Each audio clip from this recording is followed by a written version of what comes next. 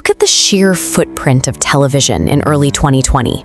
Networks were spending billions to dominate the cultural conversation, blanketing city skylines with ads for blockbuster shows like Game of Thrones. This was the peak of the television era. Then, in mid-March, the cameras just stopped rolling. Within a matter of days, the entire industry powered down. As stay-at-home orders swept the country, the major Hollywood studios padlocked their front gates.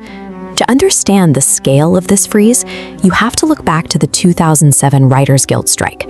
That work stoppage derailed broadcast schedules, but while the strike primarily hit the writing rooms, the 2020 shutdown physically stopped every person on set, from the actors to the caterers.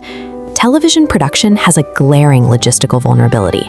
Making a single episode requires hundreds of cast members, crew, and live audiences breathing the same air in highly confined, poorly ventilated spaces.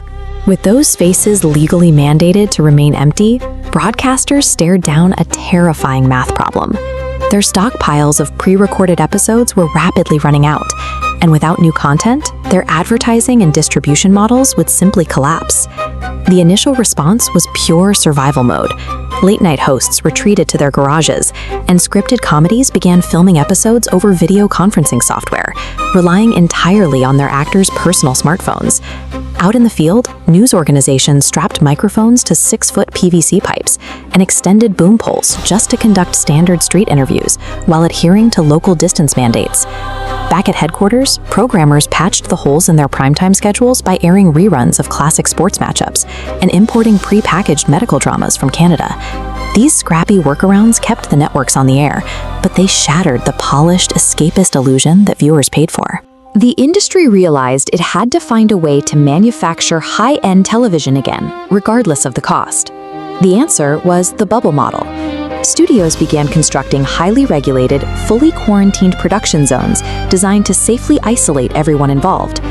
Networks locked down entire studio compounds, housing crews in purpose-built barracks, testing them constantly, and shooting seasons in compressed sprints. Live sports returned, but the reality of the stadiums was incredibly stark. The massive arenas were completely empty, echoing with the sounds of players shouting across the court.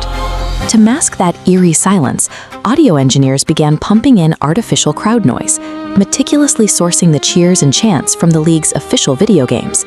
Visually, they walled off the empty bleachers by erecting massive, immersive arrays of LED screens, populating the sidelines with fans reacting from their living rooms. Behind the scenes, making this look seamless required decentralized technical wizardry.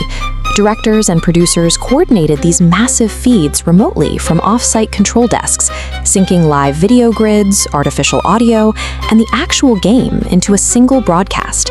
Broadcasters successfully rebuilt the facade of normal television. However, executing these complex bubbles and digital workarounds incurred staggering logistical and financial costs that the system could not sustain. Implementing those stringent daily testing protocols, mandatory quarantine periods, and expanded digital infrastructure caused the budget for a single episode to skyrocket.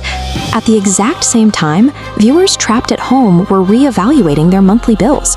Streaming fatigue set in, and an accelerated wave of cord cutting eroded the network's traditional subscriber base. This animated chart maps the collision. Between 2020 and 2022, a red line tracking production costs climbed sharply, while the blue television revenue line plummets. Once crossed, the reaction is immediate. A collapsing bar graph reveals networks slashing active productions to stop the bleeding. These severe budget cuts translated directly into worsened working conditions for the people writing and shooting the remaining shows, triggering a labor revolt aimed squarely at the major streaming giants. That mounting anger boiled over into the 2023 labor strikes, with both the Writers Guild and SAG-AFTRA simultaneously shutting down the industry all over again. The 2020 freeze was a logistical hurdle, but the staggering costs required to fake normalcy during the years that followed forced a financial correction that the industry's old business model couldn't survive, effectively ending the era of